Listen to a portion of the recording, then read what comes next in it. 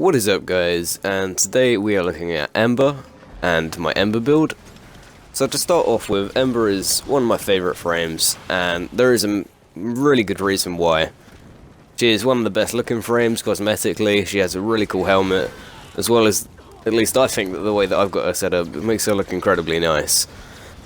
As well as the fact that she is extremely viable in mid to end tier content, as well as, you know, at the start when you're against level 10, she can literally one-hit anything with her AoE.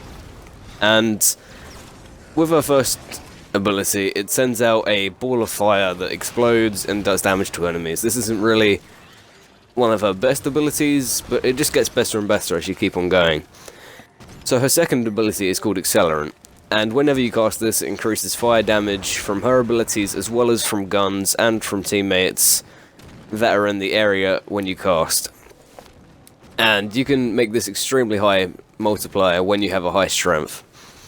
So that is why I'm running the Ignis, and as you can see, it's doing a lot of damage, as well as in my Ignis video I used an Ember and that did good damage there.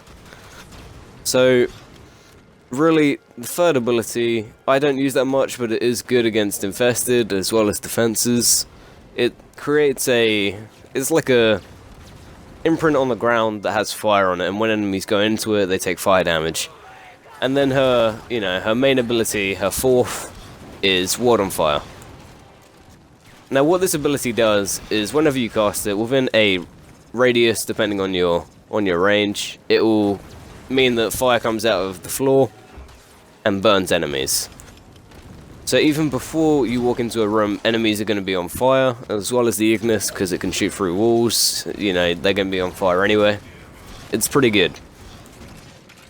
So, because you can increase the strength, and with the Ignis and whatever, you can kill any enemy through a wall pretty much, going on to pretty high level enemies. As well as with Accelerant, you can spam it to make you invulnerable, because the enemies are stunned whenever you first cast it. And it's extremely good in endgame.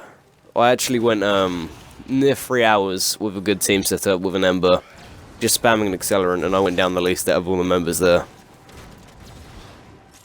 So, now getting onto the build, this is going to be a build focused on Ward on Fire and Accelerant spam. It's very, very high efficiency, so you can keep it up constantly.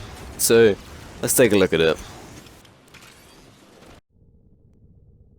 So, looking at the build, we have Corrosive Projection, Cunning Drift, Stretch, Continuity, Intensify, Transient, Overextended, Fleeting, Streamline, and Redirection.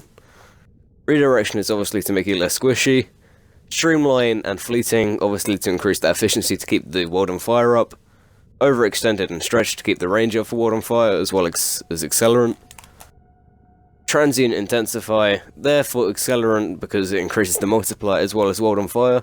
And then Prime Continuity always increases the efficiency as well with abilities like this.